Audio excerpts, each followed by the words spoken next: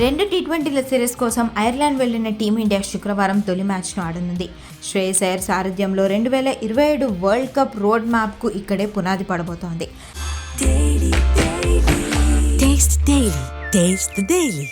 అయితే ఈ సిరీస్లో అందరి కళ్ళు వైభవ్ సూర్యవంశీ పైన ఉన్నాయి.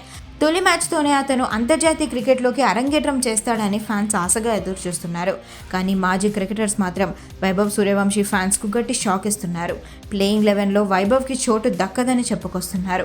అసలు ఇప్పుడే అతనికి టీమిండియాలో స్థానం అవసరం లేదని చెప్పడం తీవ్ర చర్చనీయాంశంగా మారింది.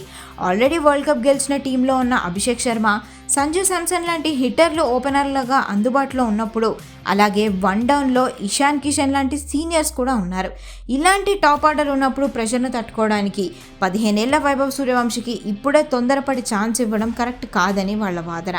కానీ ఫ్యాన్స్ మాత్రం ఐర్లాండ్ లాంటి చిన్న టీంపై కాకపోతే ఇంకెప్పుడు డెబ్యూ చేయిస్తారు అంటూ ఫైర్ అవుతున్నారు. మరి ఈ యంగ్ సెన్సేషన్కు క్యాప్ ఇస్తారా లేదా బెంచ్కే పరిమితం చేస్తారా అన్నది చూడాలి.